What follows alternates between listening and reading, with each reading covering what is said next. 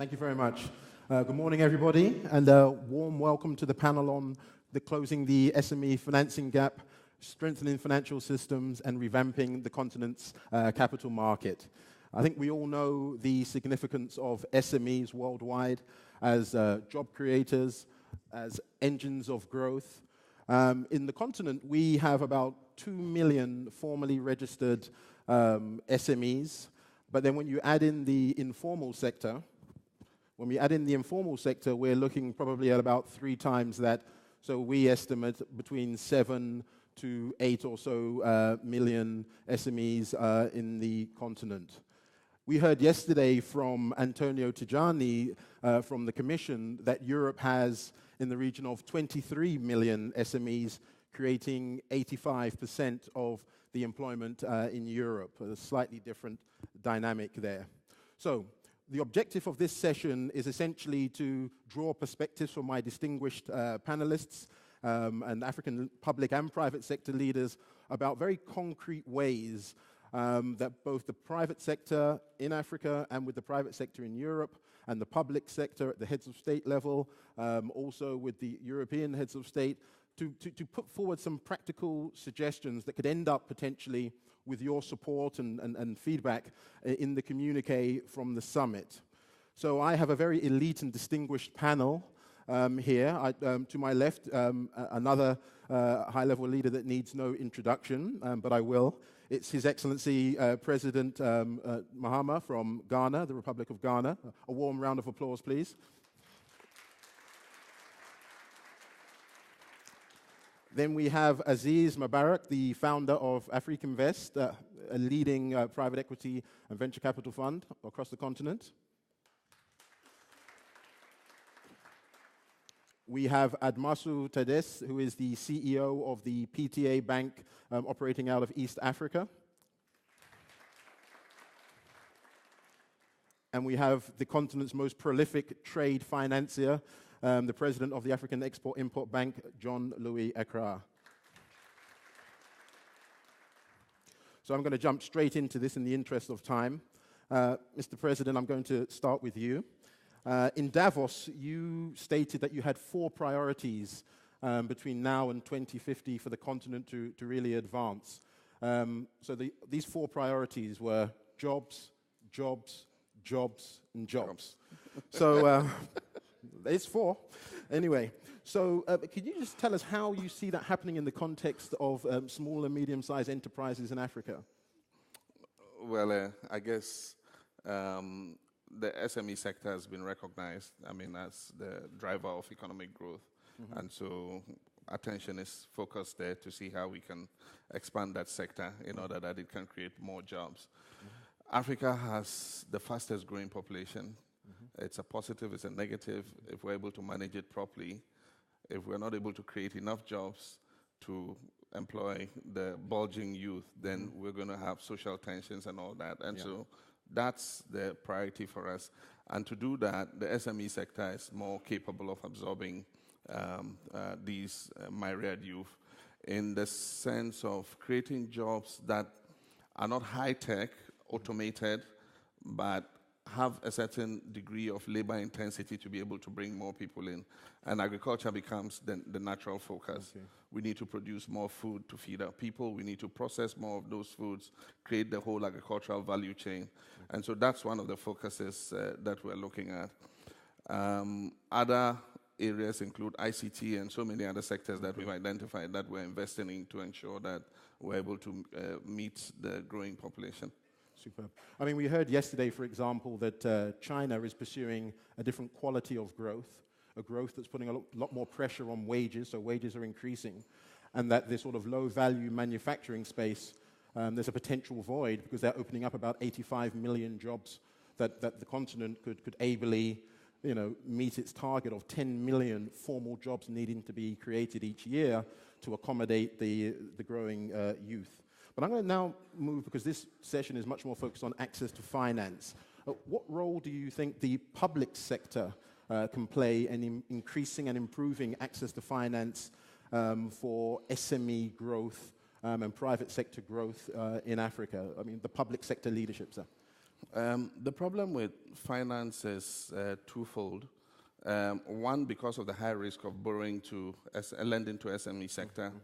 The banks, shy away from SME lending. Most of them are opening SME departments now, but because of the high risk, very little of formal banking credit goes to the SME sector. And so what we had tried to do as government was to bypass the banking sector and lend directly to the small and medium enterprises. Okay. That has not proved very successful because government is worse. The banks are much better in lending, to the SME sector than government. And so we have a high portfolio of lost government money that was lent directly to the SME sector that government cannot retrieve. Right. And so now we're going into partnership with the banking sector. Government has established several funds. There's a venture capital trust fund. There's an export development and agricultural investment fund. But rather than lend directly to the SMEs, what we do is to subsidize the interest rates and give it to the banks to give to the SMEs because they are better at monitoring and collecting the money back. So we've learned some lessons there. Right. So the rumor that maybe the few development finance institutions within Ghana would potentially be merged, pure rumor, is it something that you're thinking about? We're thinking about it. Superb. Superb. And also, again, in Davos, you mentioned that, there had been some kind of reflection where you thought that the African private sector had not enjoyed the same incentives of the international private sector. Is this a message that you're sharing with other African leaders? And how would you recommend that the European private sector partners with the African private sector to pursue growth opportunities on the continent? It's a strategic partnership that would lead to an exchange of knowledge, exchange of expertise, and so it's something that we're pursuing. But all in all, looking also at sharing experiences within our own common sub-region. One of the major hindrances to the growth of our small and medium enterprises is the fact that we are cocooned in little countries and therefore have a smaller market share than, say, China or some other country. If we measure the markets in West Africa, we're looking at a market of between 350 million and 400 million people. And so pushing the integration project forward is one of the strategies for growing our small and medium enterprises too. Fantastic. I mean, the integration agenda is trade-driven, so I think this is your area of expertise, John Louis. But to trade, you need to be able to access the type of financing facilities. I mean, just tell us a bit about the collateral requirements of banks. How can that be improved so that SMEs who don't typically have that level of collateral available can still get access to finance? We're looking for innovative solutions here. Yeah.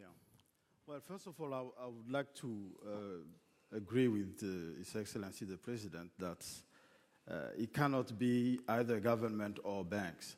I think it should be what I would call a public-private partnership at that level. Banks are equipped to analyze risk, and that's their job. It's not the job of government to analyze risk. Now, government could come in with a scheme to provide the collateral for small and medium enterprises so that commercial bank can lend to them. Otherwise, you cannot ask commercial bank to take commercial bank money and go and take high risk that represent the SME sector. That is one. The other way, which we have experienced in Afrexim Bank, has been to include those SMEs in the supply chain. Take extractive industries, for instance. They need a lot of small and medium enterprises in the value chain. Now, those SMEs can get contracts for the larger one, which have sufficient creditworthiness.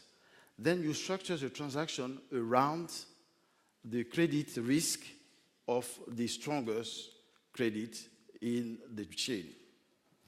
We've done this in the gold sector in Ghana. We've done this in the oil sector in Nigeria. We've done this in the copper sector in Zambia.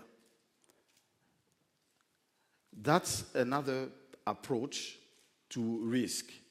So it allows you to structure it around the strongest part of the chain. Another way to do it, which we've seen increasingly used, are institutions like Africa Guarantee Fund, which provides guarantees at a cost, at a price, and you pay the price for the risk, and you cover that way. Another hindrance that we see from the commercial banks is the size of the transaction.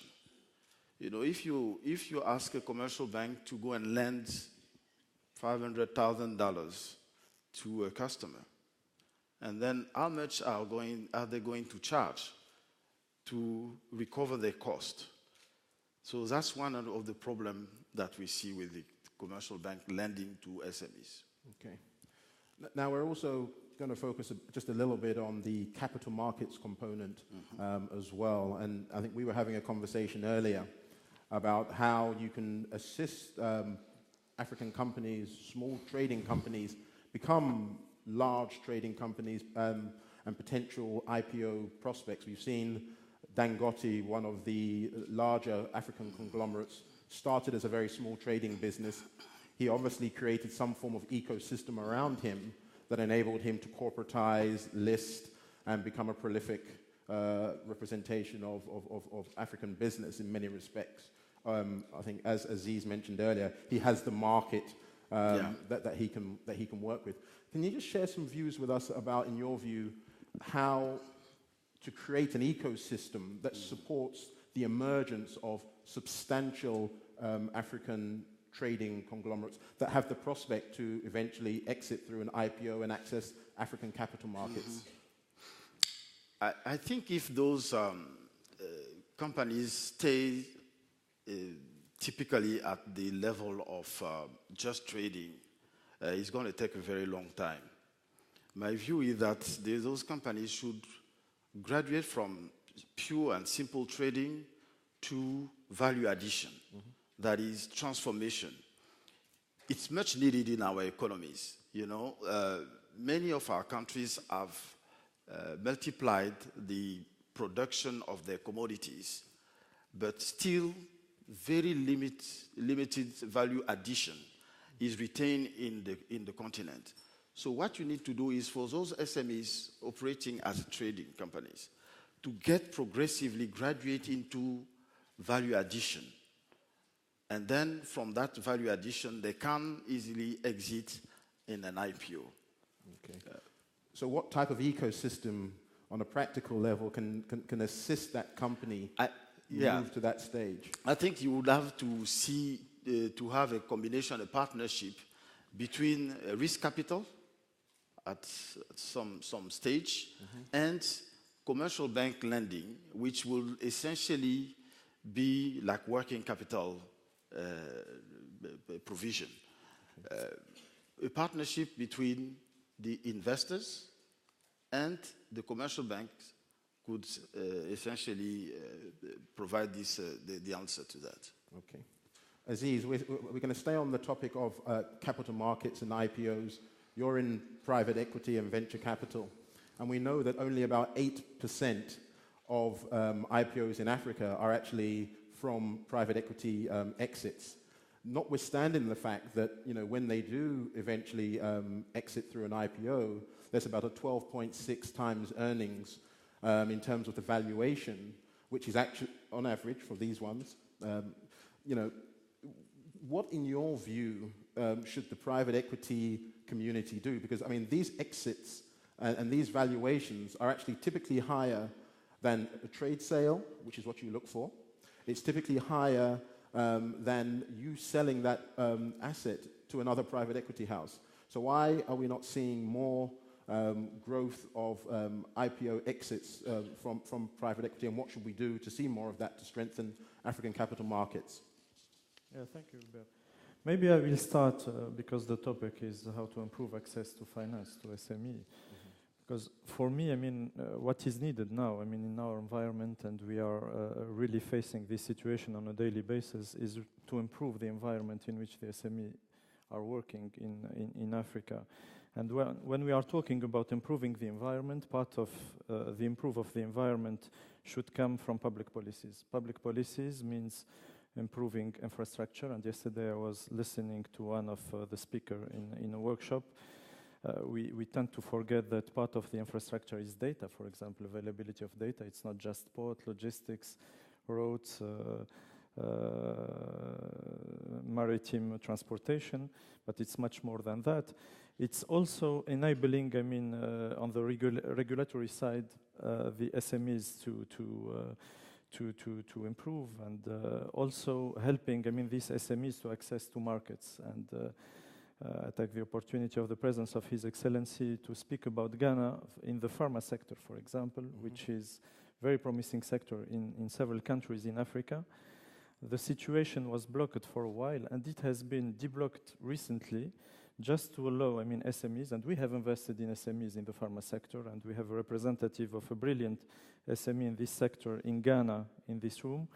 The fact that the Ministry of Health puts all the focus really to bring these SMEs and to give them somehow an advantage in a small SME Business Act is something which is crucial. As soon as you get access to orders, to market, of course, I mean, the bankability, if I can say so, or the access to finance in the banking sector will improve by a high factor. And if you take the case of Dangote, Dangote, of course, was taking advantage of a huge market in Nigeria. He was clever enough, he's brilliant sponsor, and he did extremely well in doing so. So for me, I mean, the local environment is extremely key, really, to make the SME sector emerge. I'm not saying that we don't have to focus also on the financial sector, which is something which has to be done. But I rarely have seen, I mean, a financial institution not giving financing, I mean, to a strong SME. Of course, there are some factors which are linked to the SME itself: governance, transparency, HR, and this type of stuff on which the SME itself has to work. But I think that the basic and the fundamental is really to improve the quality of our SMEs and to bring them to a level where the appetite of the financial institution will be higher. Coming back now to your question on access to the capital market and to the example you have given, it's true that it's only 8% of the venture capital industry which is bringing companies into the IPO market. But let's compare this number of 8% not to the 20+% which happens in more mature market, but to zero, which was the situation a few years ago. And I remember when we created the Africa Venture Capital Association a few years ago, I mean, the number of persons attending the conferences was quasi-zero. Today, the conference is taking place in Lagos, and I can tell you that there are hundreds of professionals attending. So the industry is doing into that direction, and for me, we don't have to see IPO just as a generator of multiples. Of course, it's good to say that we are running for multiples and to reward, I mean, the risk taken by our investors. And by a certain way, I don't think that the 12-time multiple is something to keep in mind, because I think that it will give a wrong perception on what private equity are looking for. Private equity is looking for a decent money which is in line with the risk. So we don't have just to improve the multiple in order to say that the multiple is in line with the risk. We have to reduce the perceived risk in Africa, because the risk which is perceived in Africa is much higher than the reality. The reality is totally different from what everybody has in mind. So when I speak, and now we are raising a new fund, I mean, in the US market, and interacting, I mean, with US investors, they were saying, okay, but we can get 2.5 or 3 times X in Silicon Valley. Why should we invest in Africa when you promise only 3 times X? My answer is to tell them maybe the risk in Africa is comparable to the risk in Silicon Valley in some industry. And I'm not joking. Right. We just exited from a company in Rwanda, and I remember in 2008 when we invested into that company, everybody was considering that it was, quote unquote, and I apologize for the Rwandese here, and don't share this point of view, as a very, very risky venture. At the end of the day, I mean, the multiple is high, and the company is doing extremely well in an environment where the governance is really taking place. So for me, IPO, yeah, is an ultimate place, but we should look at the IPO only as a way to finance company. And for me, if the venture capital player forget that the key factor is the SME itself and focuses only on his return, he will fail in his story. Okay. So what do you say to the CEO of stock exchanges from across Africa, whose leaders are encouraging them to be more innovative, to create dedicated platforms on their stock markets for SMEs, and they are basically saying, we really need to work with the private equity community in a more structured and systematic way, because that's the pipeline. You create companies that you improve their governance, you have the opportunity to be with them anywhere between 3 to 5 years to prepare them for this potential IPO. What would your response be to an African CEO of a stock exchange that says, let's work together? Yeah, anything which goes into a direction which improves the access to finance to SME is something which we have to encourage. And to be honest, I mean, with you, I'm not a strong believer that this compartment would be really the right one for the next coming 3 to 5 years. To be honest, because I think that the first step for the SME is really to improve their governance, to improve the way, I mean, they are managed, and bringing this company to the market with a lot of investors when the level of maturity is not there might be a little bit counterproductive. Means that if we have 1 or 2 bad stories, it will spoil the total market. So we need some more preparation. And for me, if you ask me about how to improve access to finance, one basic thing which has to be done now is really to empower the banking system in Africa. It seems basic, but we have a strong infrastructure. And let me maybe speak about an initiative which we started a few years ago with the Dutch government. We have started a fund dedicated to the financial sector in Africa. This fund has 2 scopes: bringing equity, so to empower the banks, and bringing technical assistance. And when I was talking about Cogebanque, this bank in Rwanda, I mean, this is exactly what we did. So together with the Development Agency of Belgium, we have brought money, but we have brought technical assistance to the bank, which allowed that bank, because we cannot substitute the bank being in Côte d'Ivoire or in Nairobi. The bank has to work locally and has to be very close to the client with the good tools. So we have improved the equity of the bank, and in the same time, we have put a heavy technical assistance program with the help of the Belgian government to raise the capacity and the competencies there. And I think this is stage 1. And we were the first to start a fund dedicated to the financial sector. But for me, this would be one of the recommendations, really, that IFIs invest heavily in the financial sector to improve the skills of an existing infrastructure. I can take an example of Fidelity Bank in Ghana.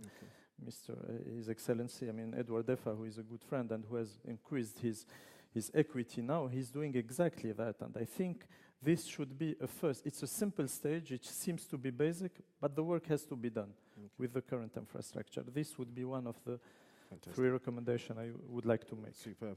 Admasu, you're a seasoned banker. Do you think there's a lack of capacity? And my specific sort of question to you is that when people talk about African banks and SMEs, they often say that African banks are much more geared and focused on corporate and institutional clients, and as a consequence do not build their institutions with the expertise to properly assess SME risk. It's true. Absolutely. It's true, but it's changing, and we have to accelerate. Aziz, you are now a banker. I was actually addressing it to Admasu, but please, if you can finish your point quickly. This is interactive. Well, let me start by thanking Aziz for bailing me out on a difficult question. I think I'd like to start, Hubert, by just saying, first of all, we should recognize where African banks are coming from. I think if we look back 15, 20 years ago, the African banking sector was in extreme crisis, and the focus really was more the systemic risk to the economy arising from that. And so the good news for all of us is that African banks have come around very nicely. They've rebounded. And of course, the question now is, how do we take it to the next level? And I think it's true. African banks have been a little bit averse to lending to the SME sector. There are reasons for that. I think many of the panelists have already alluded to different bits and pieces of that reluctance. There is an issue of skills. There's an issue of structure. His Excellency, the President, talked about specialization, new departments that will allow new procedures, new risk assessment methodologies to come out that will allow banks and officers of banks to be a little bit more comfortable in reaching out to a clientele that normally don't produce the right kinds of information, that don't have the indicators that would allow officers to actually do their jobs with manageable risk. So there is a lot intrinsically that has to be done within African banks to deal with that sort of problem. Would bringing in proper expertise to be able to assess SME credit requirements be a specific intervention that you think would increase the access to finance through these same institutions? Yes, I mean, certainly I think skills development and institutional development as well within the banks themselves along the lines as has been discussed is clearly there. But I think, it really goes back to the issue of the partnership that was referred to. Governments and banks on the one hand, but SMEs themselves have quite a bit to do. I think, there's been reference to SMEs needing to be a little bit more organized, to be a little bit more open, a little bit more transparent. They need to do that with venture capitalists and investors who come in on the risk side, but they also need to do that with banks, because the tradition of most SMEs in Africa is they don't have an experience of receiving capital from third parties, so they tend to operate in ways that's not very easy for banks and even investors sometimes to actually reach into those enterprises and be partners. Okay. It's not just equity investors who want to coach and advise enterprises. Even banks want to do that. Part of the specialization that is required in African banks to reach out to SMEs involves more supervision, more outreach, an element of advisory based on what bankers see coming through the statements. So obviously it is a risky segment, so you have to be engaged. You need to catch the problems early, and you need to facilitate the process of early resolution. I think on the side of states, of course, as has been mentioned, there's need for resourcing. There is reluctance on the side of capital, but there's a very, very important area of continued emphasis that needs to be brought out here, and that is the whole question of the ecosystem in regard to the institutional framework, the legal framework, and the regulatory environment. Because for banks sometimes feel that once you have a client that goes into difficulty, and if you need to do what bankers have to do, to be tough, to foreclose, to deal with recovering bad debts, the legal systems are very, very difficult to deal with.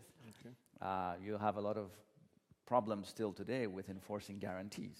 So you may have institutions that issue guarantees. You try to call up those guarantees, still quite a bit of challenge there. So I would say we need to square the problem. There's 4 role players: the SMEs and the venture capitalists have a role in addition to governments and banks themselves. And I think for our partners, through an EU-type resourcing initiative, I think a colleague here has talked about strengthening the financial sector. There's many different elements in that capacity development that needs to happen. I think that would be the obvious point, but I think the reform agenda, getting the courts to work, making those small institutional things within the control of Africa to actually work better. I think there's much to be said there too. Super. So we've just sort of really looked at the banks themselves, but if we look at the SMEs, I mean, one of the key issues in terms of potentially de-risking and better understanding the risk profile of SMEs is the absence, apparently, the wider spread absence of strong financial management and operations expertise within the SMEs themselves. In your view, would an initiative to sort of help make that sort of chief financial officer, operations director role stronger, make it easier for you as bankers to provide SME funding to those institutions? And how do you think companies should access that type of support? To you there. Yeah, well, I couldn't agree more with you. I think there's definitely need to reach out more to SMEs in a number of different ways. I think the skill set that's required is not just accounting and finance. It has to do with other areas, administration. It has to do with control, governance has been mentioned. There's a whole suite of skills that need to be strengthened within many SMEs. The question is, how do you do it?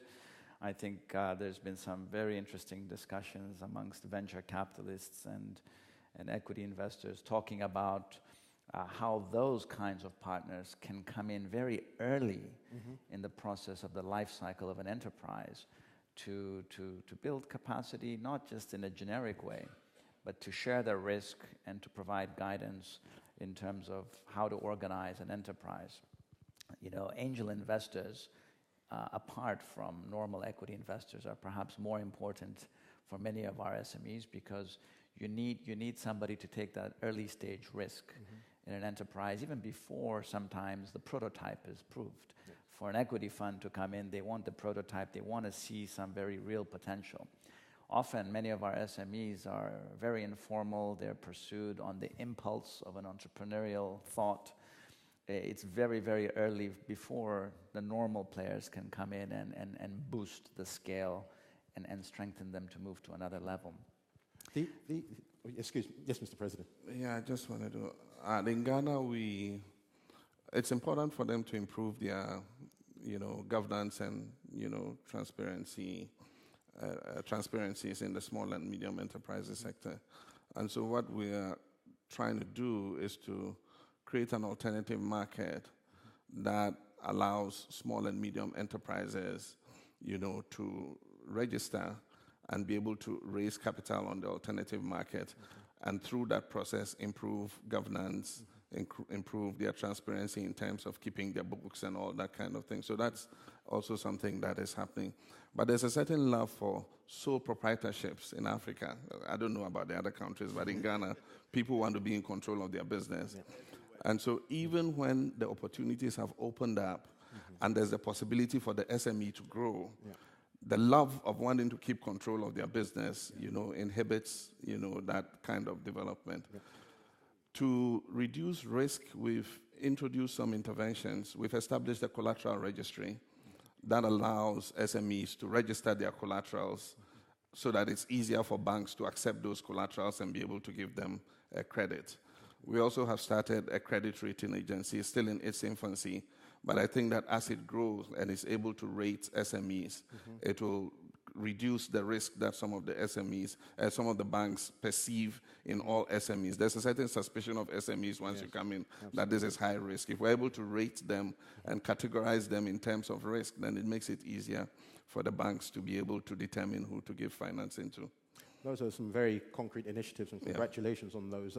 Yesterday we had the CEO of GlaxoSmithKline, and he made the point that there's a lot of education needs to take place from institutions in Africa speaking to global investors to explain the actual versus the perceived risk. And I think having a rating that can actually be assessed and interrogated is certainly a very concrete way to make it easier for the investors to assess the SME segment. And I think that's a nice segue for us to move just before we open the floor for questions. Part of our job here this morning is to empower President Mahama with some concrete proposals that he can share with his peers and colleagues at this summit, to say these are very specific recommendations to stimulate more access to SME funding and to address this funding gap and to revamp Africa's capital market. So I'd like to start with you, John Louis, and we're looking for, and this is the case from each of you, and you'll have the last word on this, Mr. President, 3 concrete proposals that can really address the SME funding gap that the African delegations, the African private sector, the European delegations, and the European private sector can implement this year, can start simple, practical recommendations. Can I have your 3, please, John Louis? Well, first of all, the intervention of government to provide collateral. I think that's the first concrete proposal that I can make. The second one is about the legal system in our countries. There's a lot of suspicion from commercial banks, at least, that if you have security, it's just worth nothing at the time you want to enforce it.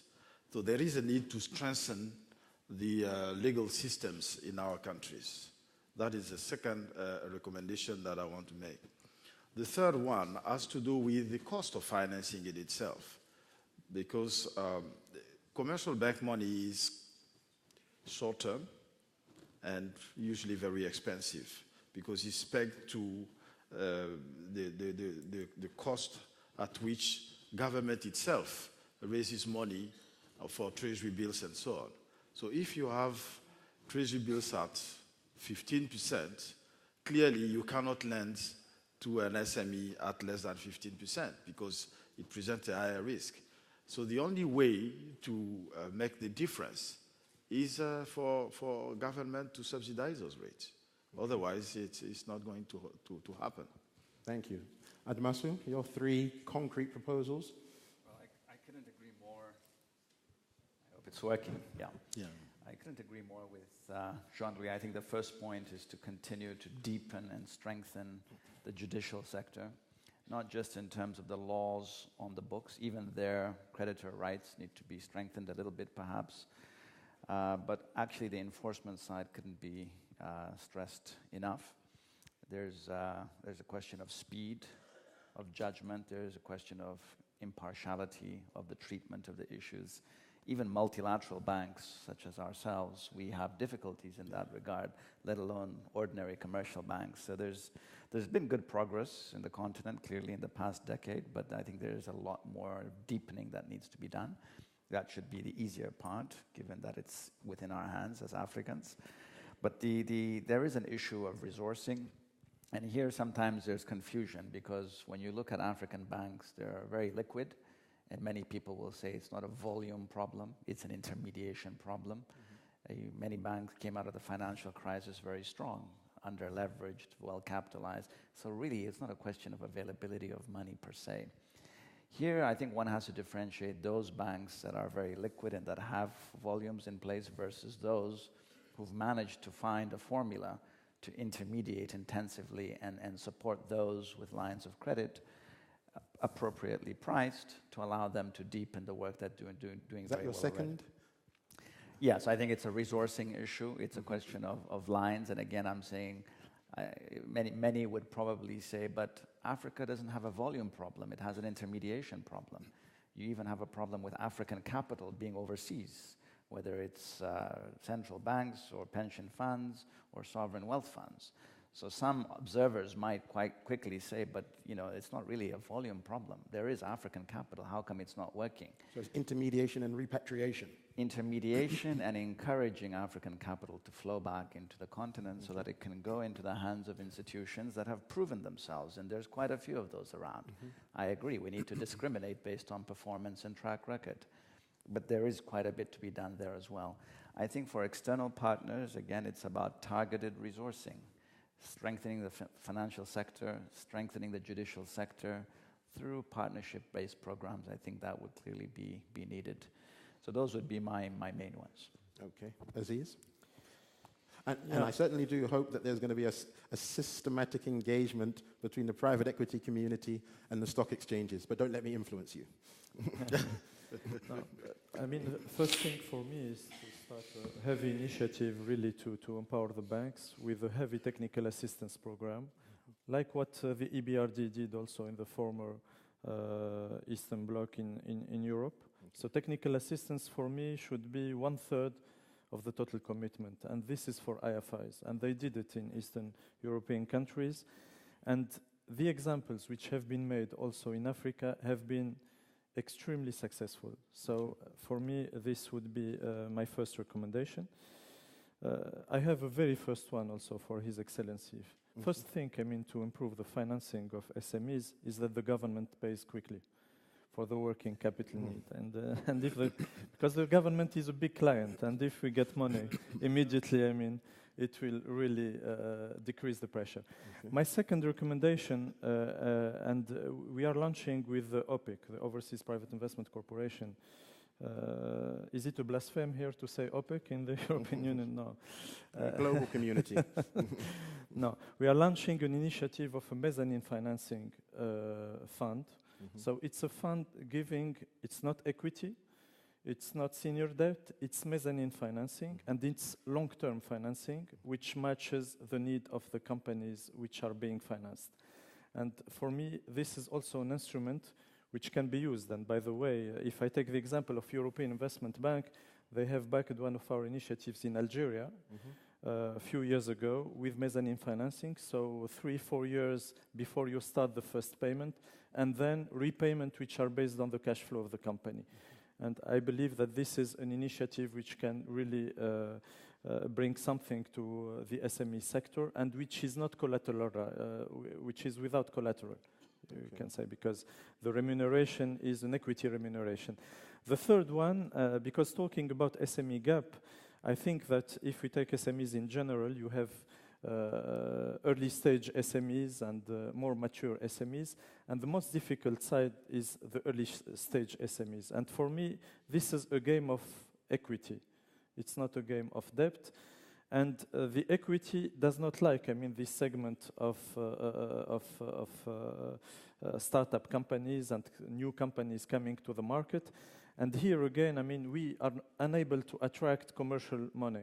So it should be the work of governments, it should be the work of IFIs to create early stage funds in order to fund with heavy equity, I mean, new created SMEs, and to reduce the risk of the bank. And after 3-4 years, this company would have been created with a strong basis of equity, maybe incubated also by the private equity fund, and in the same time have put in place, I mean, the right rules in order to allow these companies to go to banks with strong financials. So this would be my third recommendation, an important initiative to support early stage companies. Superb. I mean, we hear that the infrastructure deficit in the continent is a huge investment opportunity.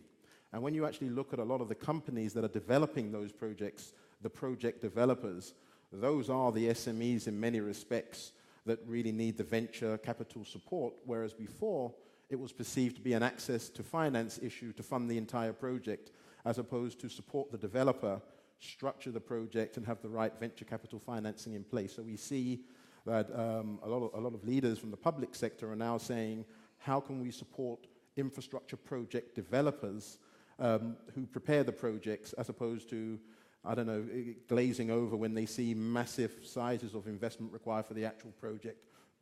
Mr. President, if we could have your 3 recommendations. Thank you. Actually, Aziz hit on one of them, and that's the issue of fiscal responsibility on the part of government. Okay. Yeah.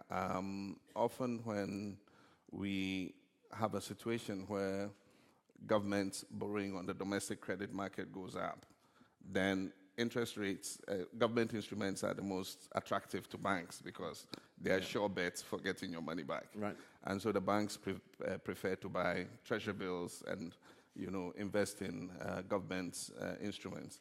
And so that crowds out the private sector. So one of the factors to make SMEs grow in Africa is for governments to exercise fiscal responsibility in creating an environment, that allows them to expand. Then we also have to leverage as much skill as we can. One major source of these skills are an increasing repatriation of African expertise back to the continent.